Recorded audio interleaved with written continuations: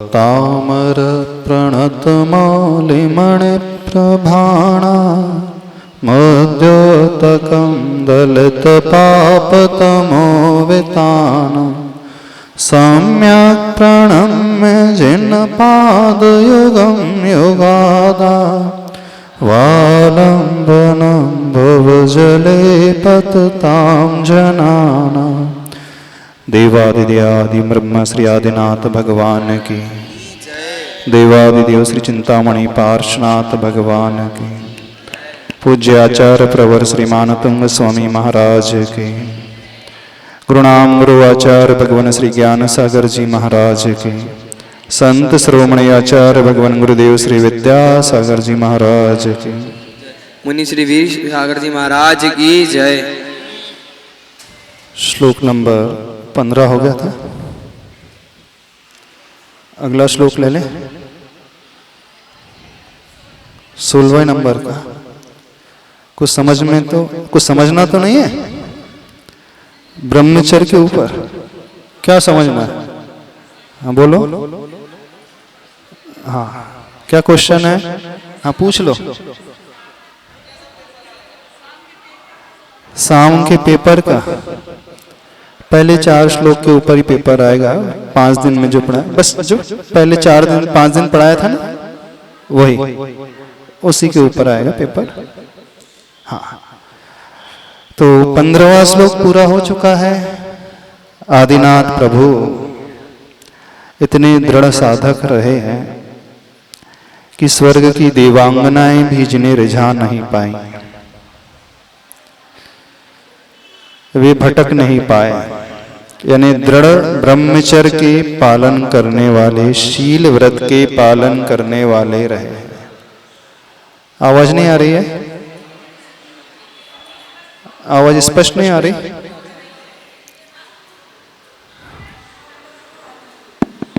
ओम। हाँ तो जिन्हें अपने ब्रह्मचर्य को बहुत अच्छे से पालन करना है, जो सोचते हैं कि हम शील व्रत का अच्छे से पालन करें, खासकर उन लोगों से कहना है कि प्रभु को इस दृष्टिकोण से देखना सीखो। पर होता यह है अधिकांश लोग चाहते ही नहीं पालन करना। यदि हम ऐसा कह दे तो गलत तो नहीं है? हाँ? सबकी प्राय धारणा क्या बनी है? जैसी सोसाइटी है वैसे ही रहो, जैसे लोग आसपास के हैं, जैसा हम देख रहे हैं वैसे ही रहने में क्या परेशानी। और वैसे भी पंचम काल में कोई भगवान तो बनेगा नहीं।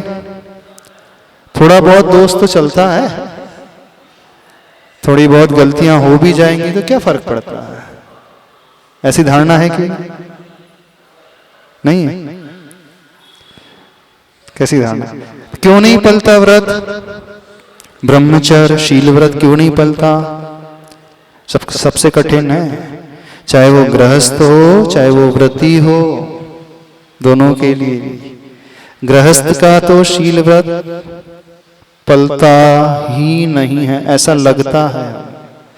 कहीं ना कहीं वो दोष लगा ही लेता है। एक बात बताएं, हमने जहां जहां चतुर्मास किए, 2 प्रकार के प्रायश्चित देने वाले बहुत सारे आते हैं। एक अहिंसा व्रत में दोष लगाने वाले और दूसरे शील व्रत में दोष लगाने वाले।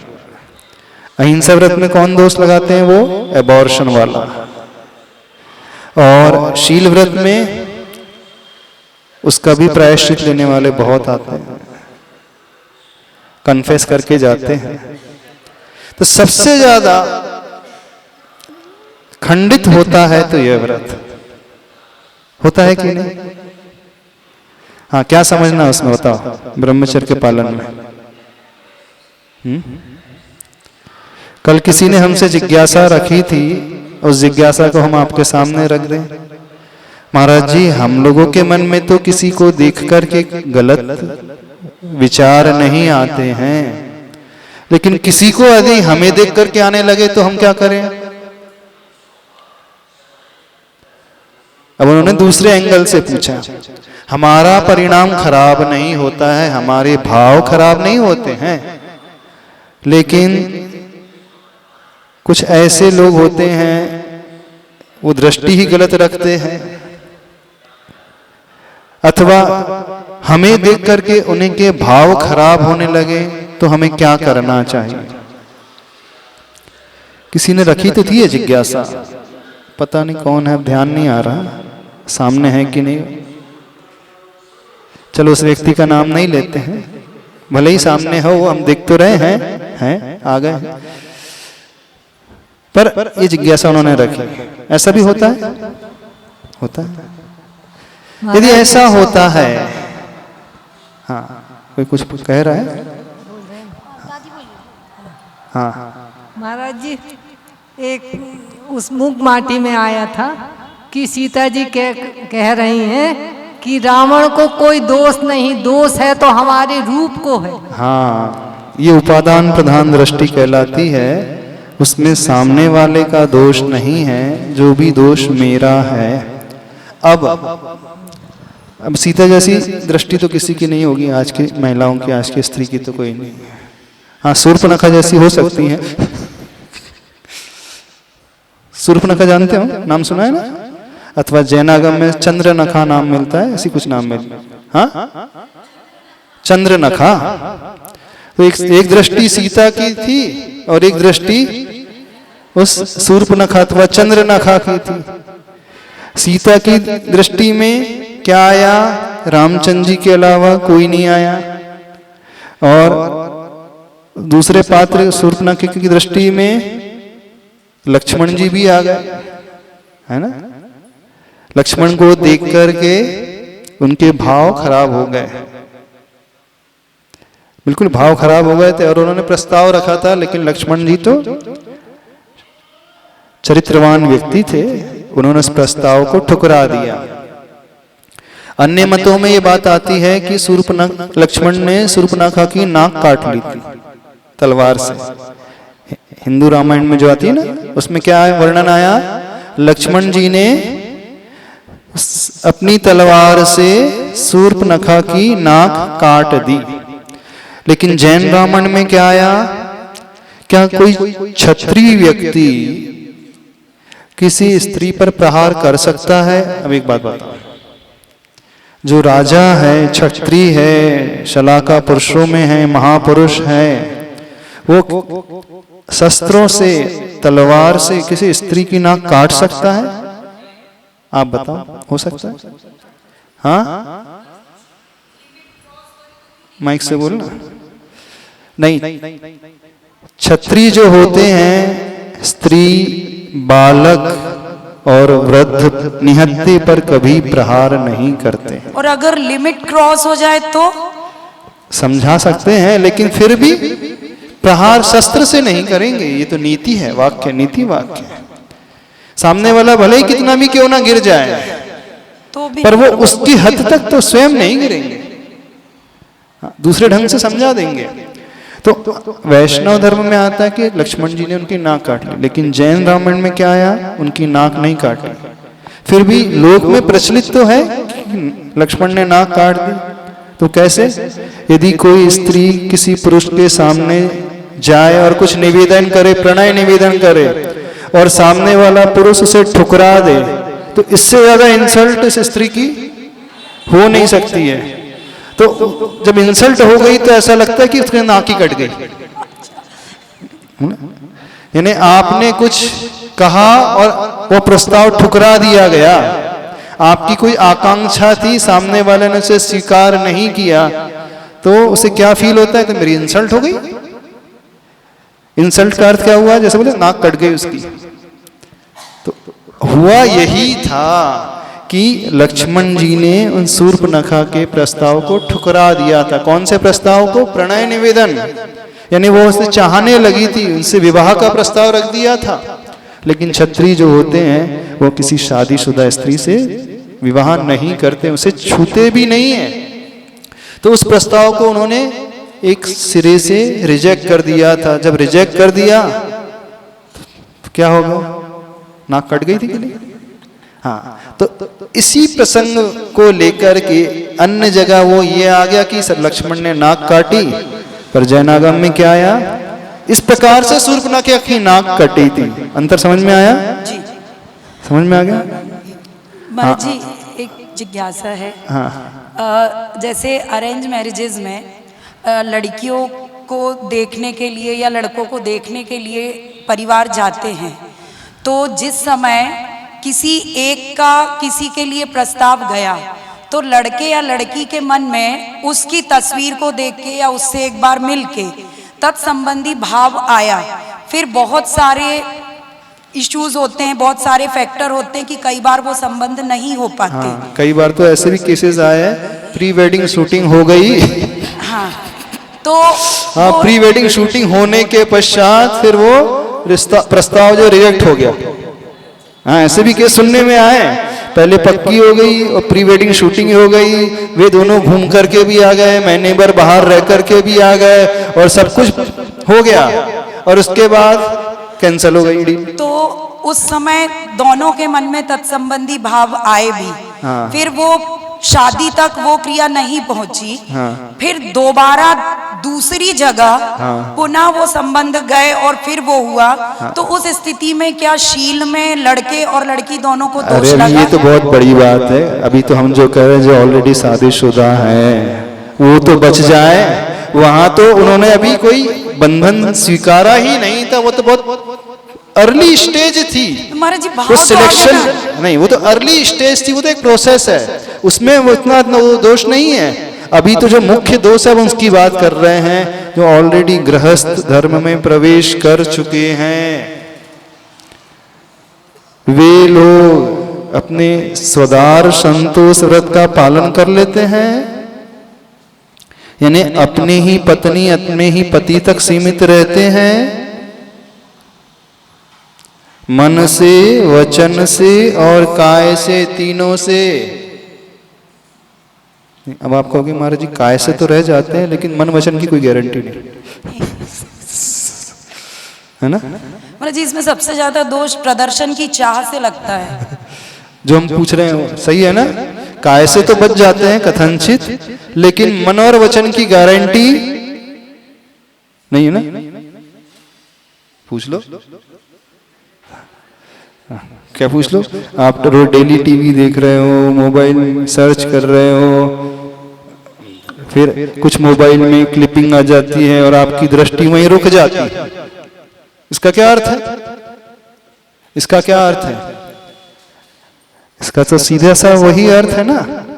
कल हमने एक बात कही थी, शायद आप लोग नहीं, कुछ लोग नहीं थे।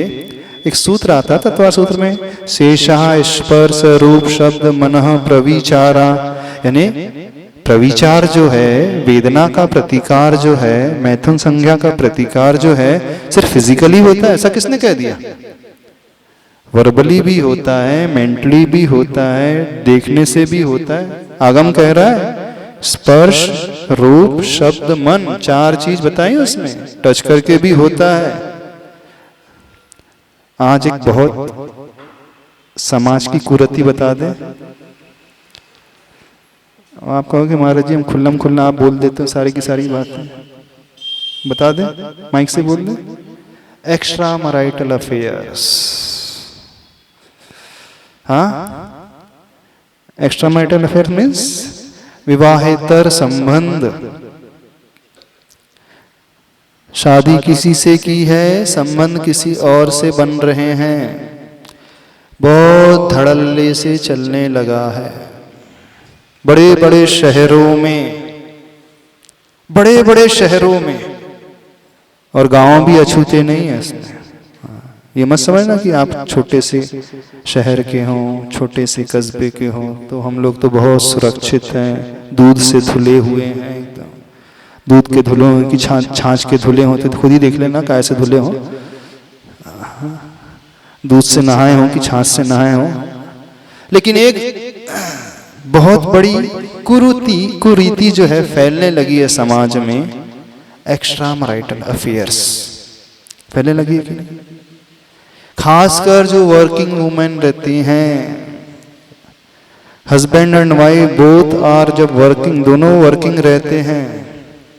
एक रियल घटना बता देते हैं। जब हम लोगों का चतुर्मास दिल्ली में था, एक जैन लेडी आई, बहुत अच्छी पोस्ट में, फाइनेंस कंपनी में वाइस प्रेसिडेंट की पोस्ट में। उसने हमें एक बात बताई, देख सुन करके हम अचंभित रह गए। बोले महाराज जी, मैं जिस कंपनी में टॉप लेवल में हूँ, वाइस प्रेसिडेंट, पूरा स्टाफ उसी के नीचे ऑलमोस्ट। अब उन्होंने बताया मेरे ऑफिस में 90% जो स्टाफ है, चाहे मेल हो चाहे फीमेल हो, ध्यान से सुनना, सबके एक्स्ट्रा मैरिटल अफेयर्स। क्या बताया उसने? 90% स्टाफ, उसी ने बताया। और दुनिया वाले स्वीकार करके गए उनके पास। यानी जब वर्किंग क्लास में आ जाते हैं तो बट नेचुरल है, यदि 8 to 10 आवर्स आप जिसके साथ जॉब कर रहे हो, कलीग बन करके एक ही प्रोजेक्ट में काम कर रहे हो, एक टीम के मेंबर्स हो और टीम में 10 मेंबर्स हैं, उसमें 6 तो मेल है और 4 फीमेल हैं, अब तो रहेंगे, प्रपोर्शन ऑलमोस्ट बराबर ही रहता है। अब प्रोजेक्ट 2 इयर्स का है, 1.5 इयर्स का है, अब डेली मीटिंग्स होना है, डेली कंसल्टेशन होना है, डेली चर्चा होना है, भले ही मॉर्निंग 9 to इवनिंग 7-8 o'clock तक ही है। तो एक ह्यूमन नेचर होता है, व्यक्ति जिसके साथ अधिक समय गुजारने लगता है, बातचीत करने लगता है, तो रुझान स्वतः ही पैदा होने ही लगता है, अट्रैक्शन स्वतः ही डेवलप होने ही लगता है, नहीं होता? अब 8 घंटे आप डेली काम कर रहे हैं, तो ये स्वाभाविक प्रक्रिया है कि होने लगा। जब स्वाभाविक प्रक्रिया होने लगी है तो फिर सामने वाले बोले आजकल का कल्चर ही ऐसा, सब चलता है। बोले आप जिसके साथ रह रहे हो, आपके हस्बैंड, वो भी किसी सॉफ्टवेयर इंडस्ट्री में है, वो भी कहीं इंडल्ज है। जब वो इंडल्ज है, उन्हें कोई नहीं ऐसा विचार आता तो अपन इंडल्ज हो गए तो क्या परेशानी? सोच क्या बनती जा रही है आज के जमाने में,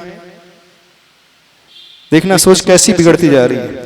बोले पति भी लगा हुआ है, जब पति लगा है वो भी 10-10 घंटे 12-12 घंटे जॉब कर रहा है, उसके साथ कलीग्स हैं, मेंबर्स हैं, तो उनका भी चलता था, अपने चलता था, क्या परेशान? पहले तक तो वो ये मानते थे गलत है, ये पाप है। अब सबसे खतरनाक जो पोजीशन आ रही है वो ये आ रही है कि व्यक्ति की दृष्टि में से ये निकलने लगा कि ये पाप है, ये गलत है, यही बाहर होने लगा। बोले सब चलता है आज के जमाने में, ये ट्रेंड है, ये तो सब चलता है आज के जमाने में, इसमें क्या गलत हो गया? फिर उदाहरण क्या दिया जाता है, जब एक राजा 10-10 शादी रानी की ला सकता है, चक्रवर्ती 96,000 ला सकता है, जब वो इतनी सारे शादियां कर सकता है, विवाह कर सकता है, तो अपन ने 2-4 कर ली तो क्या परेशानी? तर्क क्या दिया जाता है, यानी हस्बैंड 4 से संबंध रखे तो उसके दोष नहीं लगेगा, और वाइफ जो है 2 से रख ले तो उसे दोष लग जाएगा। ये तो सरासर पार्शियलिटी है। सरासर क्या है, ये भेदभाव की बात की जा रही है, ऐसा नहीं होना चाहिए। तो जितनी छूट उन्हें है उतनी ही छूट हमें भी मिलना चाहिए। तो जैसे वो एंजॉय करते हैं वैसे ही अपन भी एंजॉय करें। और जीवन का कोई भरोसा नहीं है, 20 साल और 25 साल एवरेज लाइफ रहती है, जब व्यक्ति अच्छे से ऐशो आराम से रह सकता है, विषयों को भोग सकता है। फिर आफ्टर 45 तो फिर कुछ रह ही नहीं जाता। बोले तो वो देखा जाए तो नेट पीरियड कितना रहता है, 15 to 20 ईयर्स का ही रहता है। बोले जब तक जीना है इस पीरियड में अपन अच्छे से जी लो तो जी लो, फिर बाद में तो फिर धर्म करना ही है, फिर बाद में तो व्रत उपवास करना ही है, बाद में तो पूजा पाठ करना ही है, बाद में तो अपन मंदिर जाएंगे, तीर्थ वंदना करेंगे, तीर्थ यात्रा करेंगे, दान देंगे, सारा के सारा धर्म अपन क्या बात के खाते में डाल देंगे। तो अभी जो लाइफ का टाइम पीरियड मिला है उसको अच्छे से जी लेना चाहिए। ये धारणा बनते जा रही है, नहीं बनते जा रही है? आप लोग टीवी सीरियल्स देखते होंगे, मूवीज देखते होंगे। वेस्टर्न कल्चर क्या है, वहां हर 3 महीने में डाइवोर्स होता है। एक आर्टिकल पढ़ा था, एक व्यक्ति ने अपनी लाइफ में 70 मैरिज की, 70, और ऐसे ही मैरिज नहीं कर ली, करी, फिर एक को डाइवोर्स दिया, फिर दूसरे को डाइवोर्स दिया, फिर तीसरी को डाइवोर्स दिया, फिर चौथी। हाँ? अरे एज से क्या मतलब होता है? 20 साल से शुरू हुआ तो 70 से 80 साल तक करते आ रहा है। बोले क्या है, जैसे हर 3 महीने में अपन मोबाइल चेंज करते हैं ना, आप लोग मोबाइल चेंज कर लेते हैं, ड्रेस चेंज कर लेते हैं, नई ड्रेस, तो वो हर 3-4 महीने में पार्टनर चेंज करते हैं। बोले नया टेस्ट मिलता है, अच्छा रहता है। विचार देखना, सोच देखना, शहरों में रहने वाले लोगों की सोच ऐसी होते चली आ रही कि नहीं हो रही है? देखते होंगे आप लोग ऐसे दृश्यों को, सुनते होंगे। अब उनके मन से ये भाव भी निकल गया कि ये गलत है। भारतीय संस्कृति तो वो संस्कृति रही है, चाहे वो जैन धर्म को मानने वाला हो, चाहे वैष्णव धर्म को मानने वाला हो, चाहे रामचंद्र जी का भक्त हो, चाहे किसी का भी पुजारी हो, या सीता जैसी शीलव्रती नारी रही हैं, अंजना जैसी, हनुमान की माँ जैसी नारियां रही हैं, द्रौपदी जैसी रही हैं, मनोरमा जैसी रही हैं, कितने सारे के नाम ले ले, सुलोचना जैसे, कितनों के नाम ले लो आप। तो भारतीय संस्कृति में ऐसी नारियां रही हैं, लेकिन आज वर्तमान की नारियां बोले हम पुरुषों से पीछे नहीं है, कदम से कदम मिला करके चलने वालों में से हैं। ऐसी है ना, जैसा जैसा वो करेंगे वैसे वैसे हम भी करेंगे। ये कोई पार्शियलिटी नहीं चलेगी, ये भेदभाव नहीं चलेगा। तो स्वदार संतोष व्रत भी नहीं रहा, ये तो डायरेक्ट फिजिकली उल्लंघन हो गया। सब चलता है आज के जमाने में। और जो फिजिकली उल्लंघन नहीं कर पाते, इस नियम को तोड़ नहीं पाते, वो मानसिक रूप से तो कई बार, और वाचनिक रूप से तो, आंखों के माध्यम से तो कई बार तोड़ ही देते हैं। नहीं, एक और बात बताते हैं। कई लोग हमारे सामने ऐसी ऐसी बातें करते हैं, इन्हें ऐसा ऐसा कन्फेशन करते हैं, प्रायश्चित देते हैं। बोले महाराज जी मंदिर गए थे तो पूजा करते करते भाव खराब हो गए, किसी को देख करके पूजा करते करते ही भाव खराब हो गया, अभिषेक करते करते ही भाव खराब हो गया। सुनना, उनकी डेयरिंग देखना, उन्होंने अपने सारी बातें बता दी, स्वीकार कर ली, एक्सेप्ट कर ली, लेकिन जो हुआ उन्होंने बता दिया महाराज जी, अब जो हो गया सो हो गया। यानी मंदिर में भले ही वो बैठा है व्यक्ति, मंदिर में भले ही वो स्त्री बैठी है, पर कोई जरूरी नहीं है वो भगवान को ही देख रहा हो। जरूरी भगवान को ही देख रहा हो? कोई जरूरी नहीं है वो देवता की पूजा कर रहा हो सकता देवी की भी पूजा करने बैठ जाए। हाँ, नहीं बैठ जाए। हाँ भले द्रव्य ना चढ़ाए, हाँ देवी देवता की पूजा करने बैठ जाए, देव देवी की पूजा करने बैठ जाए। हाँ दोनों ही चीज हो सकती है, दोनों ही पॉसिबिलिटी है। और मंदिर में जाकर के एलिगेशन भी नहीं लगेंगे, हम तो रोज अभिषेक करने जा रहे हैं, पूजा करने जा रहे हैं, 1 घंटा दे रहे हैं, धर्म का पालन करने जा रहे हैं। कुछ लोग हंस रहे हैं, कुछ लोग मुंह छिपा रहे हैं, कुछ लोग कह रहे हैं कि महाराज जी बहुत बड़ी बड़ी बातें कर रहे हैं आप, ऐसा थोड़ी होता है। अच्छा आप बताओ, ऐसा होता है कि नहीं होता? बताओ तुम बोलो मैक्स, होता है कि नहीं होता? होता है हमारे से, होता है ना।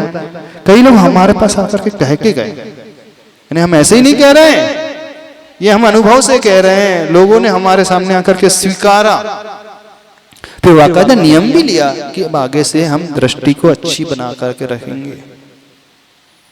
तो जिसने एक प्रश्न किया था कि महाराज जी हम तो अपनी दृष्टि खराब नहीं करते हैं, लेकिन सामने वाला यदि हमें देख करके दृष्टि खराब करने लगे तो अब उसे भी समझने की कोशिश करना। यदि आप इतने सज धज करके संवर करके आओगे तो क्या होगा? जिसकी इच्छा नहीं भी होगी तो वो देखने लगेगा। हम एक बहुत अच्छा संस्मरण सुनाते हैं, सुनना, क्योंकि प्रसंग ये चल रहा है। एक बहुत बड़े सेठ थे, नगर के सेठ थे और बहुत भक्त थे। अब जब वो भगवान की पूजा करने जाते थे तो उस समय जब वो पूजा करते थे, प्रतिदिन एक महिला बहुत ज्यादा श्रृंगार करके आती थी, बहुत ज्यादा सज धज करके, बहुत ज्यादा जेवरात पहन करके, बहुत अपने रूप बिखेर करके आती थी और खुद तो उन सेठ जी को बड़ा बुरा लगता था। बोले देखो, कहाँ तो हम वीतरागी भगवान की उपासना कर रहे हैं, हमारे प्रभु जो हैं 18,000 शील के दोषों को जीतने वाले हैं, हमारे प्रभु जो हैं अघोर ब्रह्मचर्य के पालन करने वाले हैं, कठोर ब्रह्मचर्य के पालन करके उन्होंने वो साधना की है जिनका मन कभी चलायमान नहीं हुआ है। जब जब वो ये श्लोक पढ़ते, चित्रम किमंत्र यदि ते त्रिरसांग नाभिर, और सामने वो महिला दिख जाए, बोले कहाँ तो आदिनाथ भगवान और कहाँ ये? अब वो थे नगर के प्रमुख। लेकिन चूंकि बात इस प्रकार की एकदम से किसी से कह भी नहीं सकते, और बात थोड़े पुराने जमाने की है। अभी तो फिर भी माहौल बहुत खुला हो गया है, उस समय तो बहुत व्यक्ति मर्यादा का पालन करता था। तो उन्हें बड़ी पीड़ा होती थी कि आखिर मना कैसे करें।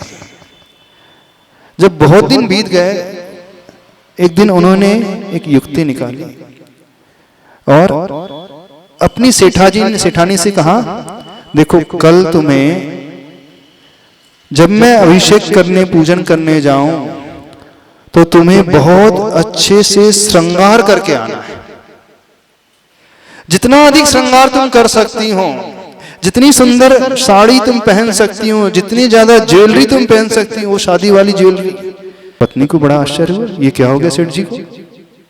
हमारे सेठ जी तो बड़े सात्विक वृत्ति वाले, बहुत अच्छे से पूजन करने वाले, इस प्रदर्शन से हमेशा दूर रहने वाले। भले ही नगर सेठ थे, लेकिन कोई उन्हें देख करके कह नहीं सकता कि ये नगर सेठ है। इतने शालीन तरीके से, इतने साफ सुथरे तरीके से, इतने विनम्र स्वभाव के वो रहते थे और बहुत सिंपल ड्रेस। उन्हें बड़ा आश्चर्य हुआ कि सेठ जी को ये क्या हो गया अचानक।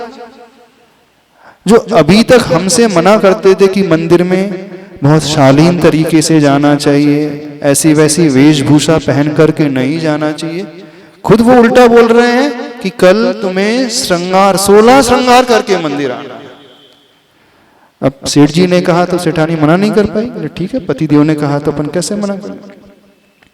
तो दूसरे दिन वो बहुत श्रृंगार करके मंदिर में गई।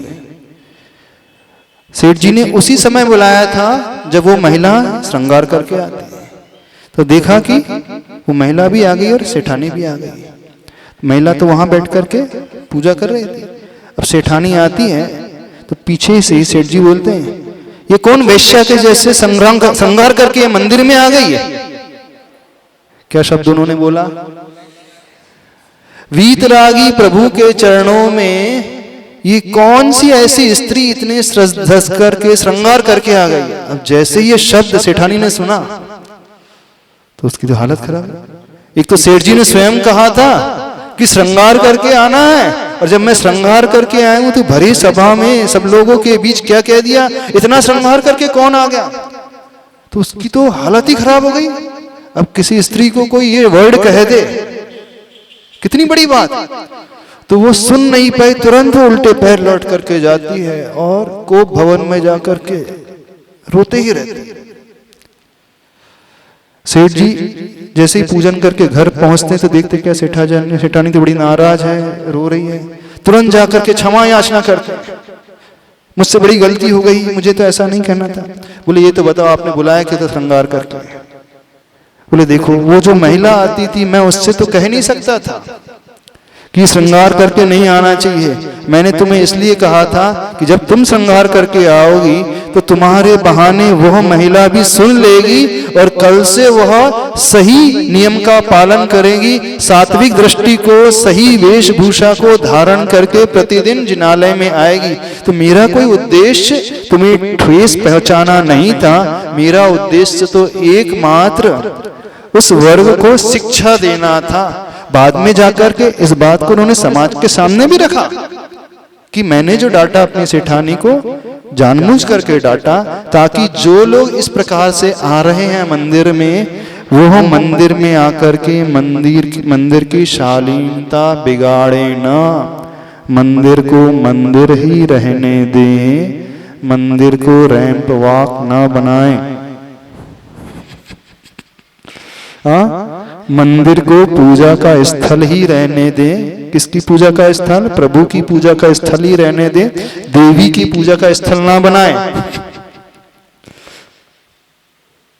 हमारे यहाँ देव की पूजा होती इतना ही पर्याप्त है, भगवान की पूजा का स्थल रहने दें। कृपया करके सभी देवियों से निवेदन, हम निवेदन कर ले जो जो सुन रहे हैं, जो जो देख रहे हैं, कृपया करके उन सेठ की तरफ से बोल रहे हैं कि जिनालय को, प्रभु के आलय को, वीतरागी प्रभु जो राग से ऊपर उठे हुए हैं, जिन्होंने शील के 18,000 दोषों को जीत लिया है, जिनके मन में कभी कोई विकार नहीं आता है, सब कुछ देख करके भी जो अपनी आत्मा में लीन रहते हैं, ऐसे प्रभु की जब आराधना की बात आ रही है तो हमें क्या शिक्षा लेना है? वंदे तद्गुण लब्धे, कि वंदे संसारी के गुण के लब्धि के लिए प्रभु को वंदना कर रहे हो। आजकल क्या ट्रेंड चलने लगा है? मंदिर जैसा स्थान तो कोई है ही नहीं प्रदर्शन का, खासकर पर्युषण पर्व में व्रतों के समय 10 दिन, बोले 10 दिन ऐसी पूरी की पूरी भीड़ मिलती है। वो साड़ियां जो कभी नहीं निकलती हैं 10 दिन निकलती हैं, वो ज्वेलरी जो रोज नहीं कभी नहीं निकलती है इन 10 दिनों में निकल करके आ जाती है, वो श्रृंगार जो कभी नहीं होता है वो इन 10 दिनों में हो जाता है कि नहीं? अच्छा, उत्तम संयम के दिन सबसे ज्यादा क्या होता है? उत्तम संयम के दिन सबसे श्रृंगार क्यों, ऐसा क्यों होता है? अच्छा, सुगंध दशमी, हाँ भूल गए। सुगंध दशमी के दिन जब धूप दशमी होती है उस दिन जो है सबसे अधिक श्रृंगार होता है। तो एक बात बताइए, आप लोग दर्शन करने आते हैं कि प्रदर्शन करने आते हैं? हाँ, कई लोग प्रभु के दर्शन करने नहीं आते हैं, प्रदर्शन करने आते हैं। अपनी ज्वेलरी का प्रदर्शन करने आते हैं, अपनी वेशभूषा का प्रदर्शन करने आते हैं, और ना जाने कौन कौन से भाव लेकर के आते हैं। यदि हम किसी के उत्थान में निमित्त नहीं बन सकते हैं तो कम से कम किसी के पतन में निमित्त तो ना बने। यदि हम किसी को ऊपर उठा नहीं सकते हैं तो नीचे तो ना गिराएं। अब आप कहोगे कि महाराज जी हम थोड़ी गिरा रहे हैं, वो खुद ही गिर रहा है। अब ये मनुष्य का मन इतना चंचल है, वो भी पंचम काल के मनुष्य का मन इतना चंचल है, उसके सामने इस प्रकार का निमित्त उपस्थित हो जाएगा तो क्या होगा? एक और विषय, आजकल की जो गर्ल्स जीन्स टॉप पहन करके मंदिर में आ जाते हैं। देखो, अन्य धर्मों में तो बाकायदा व्यवस्था है कि वे चुनरी बाहर रखते हैं, मंदिर के बाहर नियम है, मंदिर में प्रवेश करने के पूर्व में ये चुनरी डाल ले अपने सिर के ऊपर, और प्रभु के दरबार में आ रहे हो तो इस प्रकार से विनय से सहित होकर के आओ प्रभु के दर्शन वंदना करने के लिए। बिना चुनरी डले सिर ऐसा मंदिर में ना लेकर के आए। जैन धर्म की बात नहीं कर रहे हैं, अन्य धर्म के मंदिरों की बात कर रहे हैं। वहां पर लोग ला करके रख देते हैं। जब हम लोग दिल्ली में थे तो बहुत जगह हम लोगों ने नियम रखवा दिया था, तो वहां की कमेटी ने ही 50 चुनरी की व्यवस्था करके रखी थी। हाँ, 50 चुनरी बाहर रहती थी। हाँ, वहां पे व्हाइट कलर की और रेड कलर की। तो जो भी एंटर कर रहा हो, कृपया करके एहसान कर दे। किसके ऊपर एहसान कर दे? भगवान के ऊपर नहीं, अपने ऊपर एहसान कर ले और अन्यों के ऊपर भी एहसान कर ले। आप ओढ़ करके आओगे, आप शालीनता से आओगे तो ये विनय का परिचय माना जाएगा, अशुभ कर्म का आश्रय नहीं होगा। और आप सादगी से आओगे तो किसी को आपको देख करके खराब परिणाम नहीं हो पाएंगे। तो आप स्वयं के लिए भी एहसान करोगे और पर के लिए भी एहसान कर सकते हो।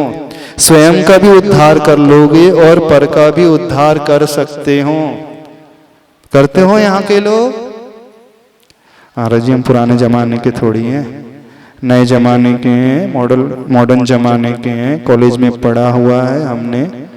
ये तो वो बूढ़ी ठोड़ी जो महिलाएं होती हैं, सासुएं होती हैं, जो रिटायर्ड हो गए हैं, सीनियर सिटीजन है, उनकी सब बातें हैं। अब नए जमाने के, नए युग के हम लोग हैं, तो नए जमाने के अनुसार चलेंगे कि नहीं? कि आपके अनुसार, पुराने जमाने के अनुसार चलेंगे? समझ में आ रही बात? नहीं समझ में आ रही? तो सेठ जी ने जो सेठानी के लिए कहा था, कितना बड़ा कार्य किया था। मानना पड़ेगा उन सेठ जी को। अब नाम हमें याद नहीं आ रहा है, सत्य घटना है, उस व्यक्ति, उन सेठ जी का नाम याद नहीं आ रहा है। तो उन्होंने ये प्रयोग अपने घर से किया था। और मानना पड़ेगा उन सेठानी को, कैसे उन्होंने सहन किया होगा उन शब्दों को। बताना कितनी बड़ी बात है।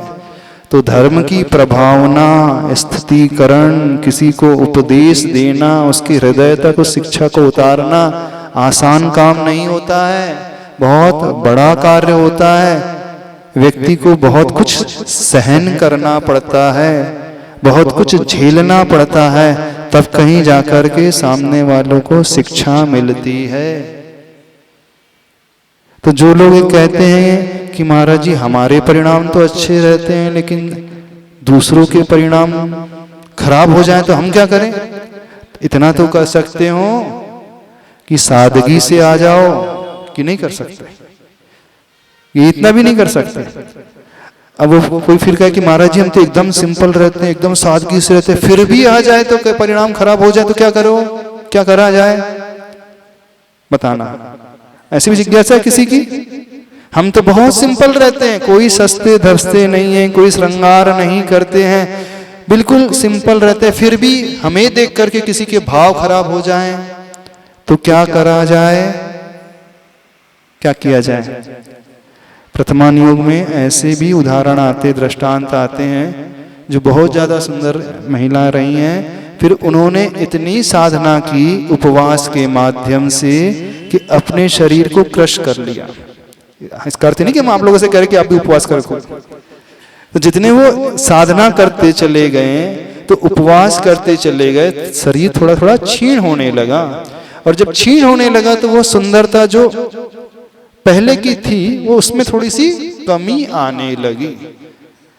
आप सस्ते, अब आप कहो कि महाराज हम श्रृंगार नहीं करते, लेकिन बस डाया के लिए तो करते हैं।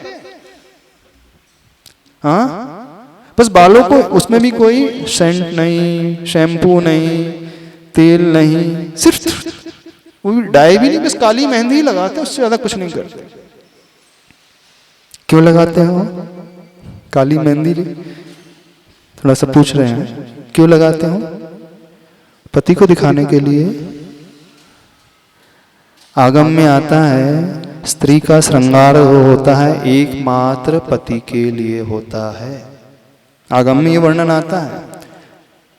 अब घर में श्रृंगार नहीं करती हैं कभी भी स्त्रियां, घर से बाहर निकलती तभी करती है।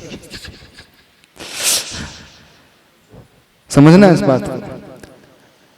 अंदर कौन सा भाव रहता है डाई लगाते समय?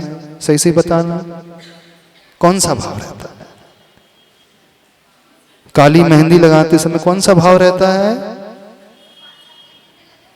हाँ, कौन सा भाव रहता बताओ? जो बाल सफेद दिखने लगे वो किसी को दिख ना जाए। अच्छा, जो सफेद दिखने लगे। यदि कोई बहुत ज्यादा सुंदर है तो और तरीका बता दे, थोड़े से व्हाइट कलर का थोड़ा सा कर लो, सफेद दिखा लो तो थोड़ा सा थोड़ी सी और सफेदी आ जाए तो लोगों को थोड़ा सा वैराग्य होने लगेगा, नहीं अब तो उम्र ढल रही है, अब छोड़ो छाड़ो, अब क्या राग करना। ये भी एक तरीका है। नहीं, घर में तो श्रृंगार करके रहो, लेकिन अपनी सुरक्षा के लिए जब घर से बाहर निकलो तो ऐसा भी किया जा सकता है। खैर ऐसा करने के लिए कह नहीं रहे हैं, पर इतना तो अवश्य किया जा सकता है कि simple living and high thinking, सादगीपूर्ण जीवन और उच्च विचार, ये तो लाया जा सकता है कि नहीं लाया जा सकता है? तब कहीं जाकर के शील व्रत का पालन होता है, तब कहीं जाकर के स्वदार संतोष व्रत का पालन होता है। ऐसे ही नहीं होता है। लंबी चौड़ी व्याख्या तो नहीं कर रहे हम? हाँ, यदि हम ओवर व्याख्या करें तो हमें रोक देना, महाराज जी बहुत ज्यादा खुल करके हो रही है, हमें कंट्रोल कर देना, नहीं तो हम और भी खुल करके बोल सकते हैं। तो आज की जो गर्ल्स हैं, अब उनके आउटफिट्स देखना, western outfits, skin tight outfits, मंदिर में भी जीन्स टॉप टी शर्ट ऐसे आउटफिट पहन करके आएंगे, फिर कहेंगे कि देखो दुनिया वाले हमें घूरते हैं, आ बैल मुझे मार। समझ में आ रही बात? तो ये शालीनता तो बरकरार रखी जानी चाहिए। कर सकते हो इतना फॉलो? नहीं कर सकते। अब जो शील व्रत में और कैसे कैसे दोष लगते हैं, अब आप ही बता दो, ज्यादा हमें नहीं पता इससे ज्यादा, क्योंकि आप लोग अनुभूत हो तो और अच्छे से हमें गाइड कर सकते हो कि महाराज जी ऐसे ऐसे भी दोष लगते हैं, तो थोड़ा सा बता दो और क्या क्या लगते हैं दोष। नहीं पता तो चले, नहीं अपने लिए नहीं बोला, आप तो सहपुरा के लिए बिल्कुल नहीं बोला महाराज, ये सहपुरा तो पूरा दूध का धुला हमें पता है, आप तो दूसरे शहर का नाम लेके बोला, हमारे दिल्ली में ऐसे रहते हैं, बॉम्बे में लोग ऐसे रहते हैं, उनका नाम लेकर के बोलो, उनके लिए बोला, उसमें कोई सारी छूट है, आप सब सेफ हो जाओगे, चिंता नहीं करना। अपने लिए नहीं कहना, उनको रख के तो कह सकते हो। आजकल टीवी में ऐसा दिखलाया जाता है, मूवीज में ऐसा दिखलाया जाता है, वो रख करके तो कह सकते हो कि नहीं? हाँ, तो क्या क्या होता है ना, तो हम टीवी देखते हैं ना मूवी देखते हैं, हमें कुछ पता नहीं, ज्यादा जानकारी नहीं है, आप ही बता दो और क्या कैसे कैसे दोष लगाते हैं। महिला वर्ग आप लोग नहीं लगा रहे हैं, आप लोग को हम ऐसा सोचेंगे भी नहीं और ऐसा कहेंगे भी नहीं, क्योंकि हम जानते हैं बहुत धार्मिक नगरी है। हाँ, हम जानते हैं गुरुदेव का विशेष आशीर्वाद है, यहाँ इतने सारे प्रतिमाधारी हैं, धर्म से जुड़े हुए हैं, रूट से जुड़े हुए हैं, जन्म से ही संस्कार को पाने वाले हैं, हमेशा देव गुरु शास्त्र के प्रति समर्पित रहने वाले हैं, अच्छे से पूजा करने वाले हैं, आहार दान देने वाले हैं, चौका लगाने वाले हैं। इतनी प्रशंसा पर्याप्त हो गई? बहुत हो गई, बहुत हो गई, बस कर दे।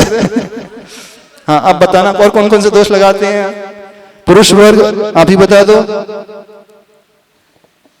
हाँ, नमस्ते महाराज जी, वो शील व्रत के लिए मैं बोल रहा था। हाँ। कि शील व्रत बाकी चीजें तो आपने बता दी, मतलब लेकिन जब तक अपने हाथ में ये मोबाइल है, हाँ। तो किसी भी व्यक्ति का, किसी भी महिला का, किसी भी बालिका का शील व्रत पल ही नहीं सकता, क्योंकि जब तक सोशल मीडिया में आदमी एक्टिव है, फेसबुक में एक्टिव है, इंस्टाग्राम में एक्टिव है, हर चौथी पांचवी इमेज या पोस्ट के बाद एक ऐसी चीज देखने मिलती है वो अनवांटेड है, जो हमें देखना नहीं चाहिए लेकिन हमारे बीच आ जाती। क्योंकि पहले टीवी थी, टीवी तो हमें इच्छानुसार हम चैनल बदल सकते थे, लेकिन फेसबुक जब चलता है तो अनवांटेड चीज जो हमें नहीं देखना चाहिए वो आ जाती है, और सील में 100% दोष लगता है।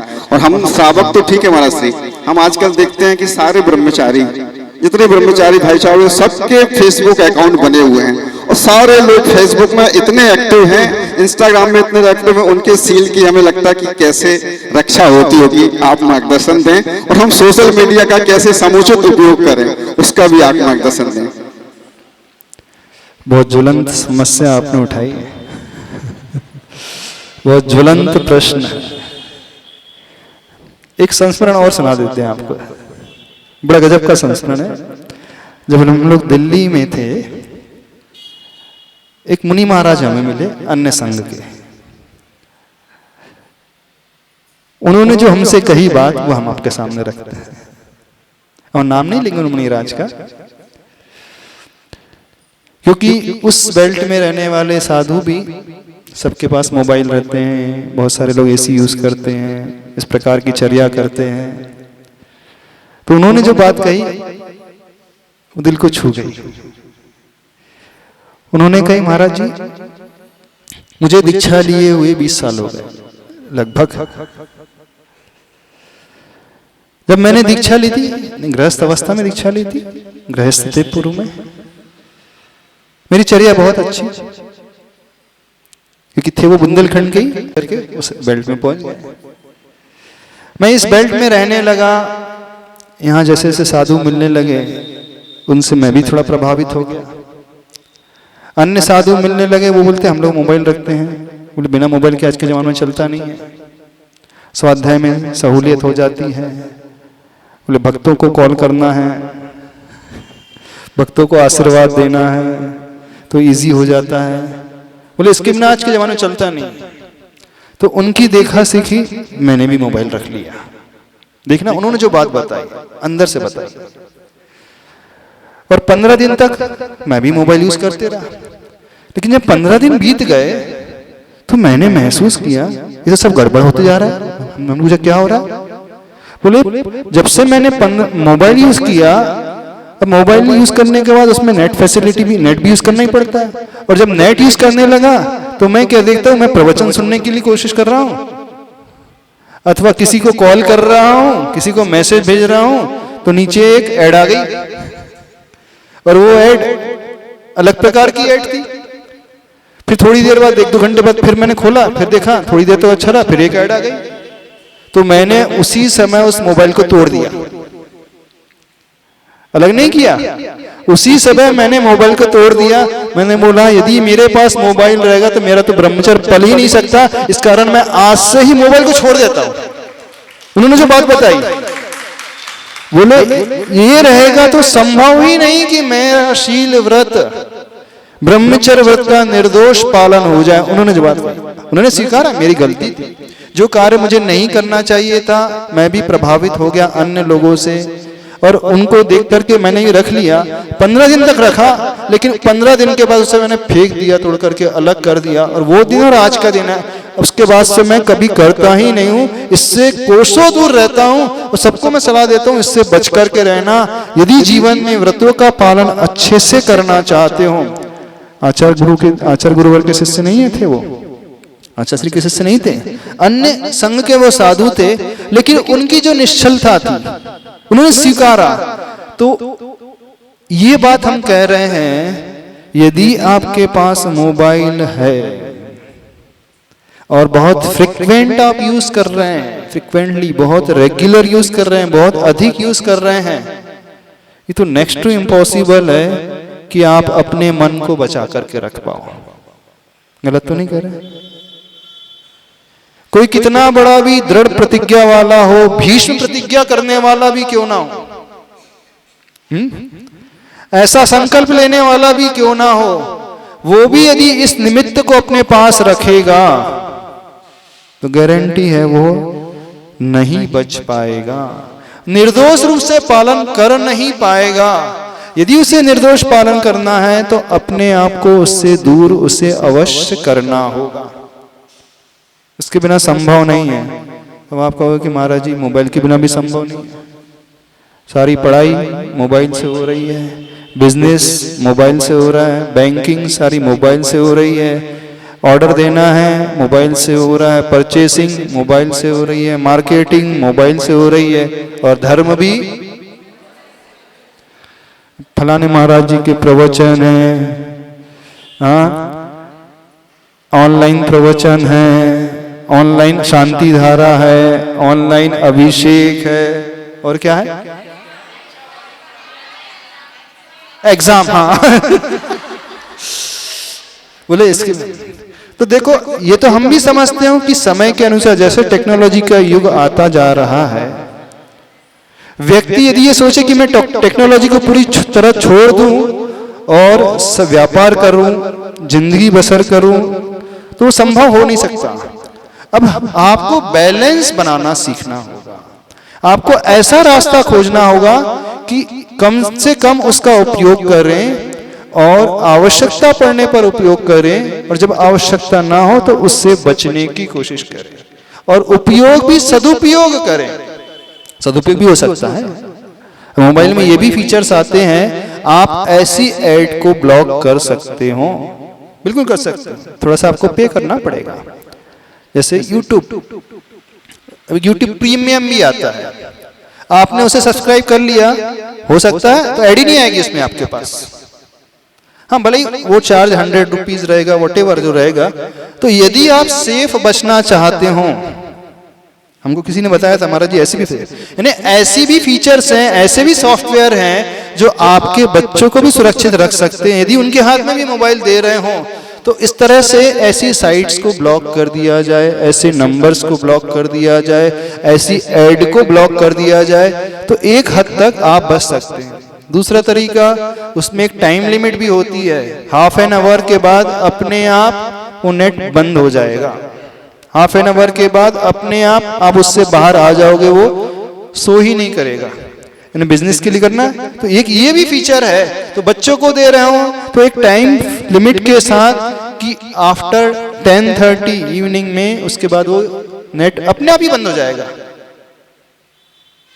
तो इस प्रकार से आपको स्वयं को देखना होगा, बैलेंस बनाना होगा, तभी आप अपने व्रतों को सुरक्षित रख पाओगे, शील व्रत का पालन कर पाओगे। नहीं है तो बड़ा कठिन है।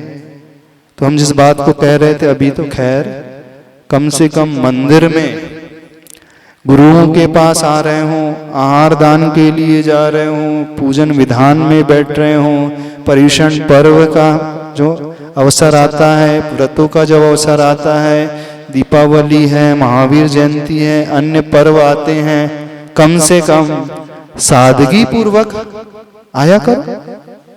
नहीं आ सकते महाराज, इतनी सादगी आ गई तो बच्चे का क्या लाइफ में। दो ही बात नहीं होई सयाने, विषय भोग और मोक्ष ही जाने। दोनों बातें एक साथ नहीं हो सकती। दो मुख सुई सिले ना कंथा, दो मुख राही चले ना पंथा। दोहा सुना है ना, दो ही बात नहीं होई सयाने, विषय भोग और मोक्ष ही जाने। तो दोनों कार्य एक साथ तो हो नहीं सकते। यदि आप धर्म कर लो तो आपको थोड़ा सा अधर्म से बचना है, और अधर्म में डूब जाओ तो धर्म नहीं कर पाओगे। अंतरंग धर्म, वास्तविक धर्म कर पाओगे। तो थोड़ा सा लिमिटेशन बनाना सीखो, मर्यादा में रहना सीखो, मर्यादा का पालन करना सीखो। हो सकता है आप सादगी पूर्वक रहोगे तो कुछ लोग आपसे कह सकते हैं ये तो बहन जी बन करके रहने लगी। हाँ, ये तो दीदी बन गई है, इतनी कम उम्र में ये तो प्रतिमाधारी जैसे रहने लगी हैं।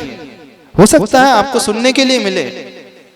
तो ऐसे लोगों की चिंता नहीं करना, ऐसे कोटेशन की भी चिंता नहीं करना, बल्कि आपको तो प्राउड फील होना चाहिए, अभिमान फील होना चाहिए। हम दुनिया के बहाव में नहीं बह रहे हैं। ऐसी परिस्थिति में हम कितने दृढ़ संकल्पित हैं अपने व्रतों के प्रति, अपने प्रिंसिपल के प्रति। हम अन्य चीज से तो कॉम्प्रोमाइज कर सकते हैं, लेकिन अपने सिद्धांतों से, धर्म के सिद्धांतों से कभी समझौता नहीं करेंगे। ये धारणा बनाना सीखो।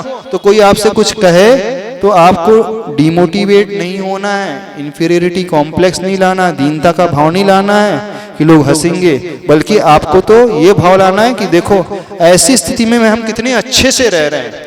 तो कोई व्यक्ति शील व्रत का पालन कर रहा है और उससे कुछ कहता है तो उसे दीनता क्यों होना चाहिए? कोई ये सादगी पूर्वक रहता है उसे दीनता का भाव क्यों आना चाहिए?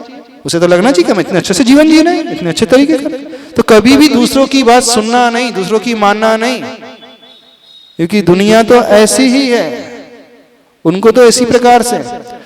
और वही लोग कमेंट करते हैं जो आपको दूसरे रूप में देखना चाहते हैं। चलो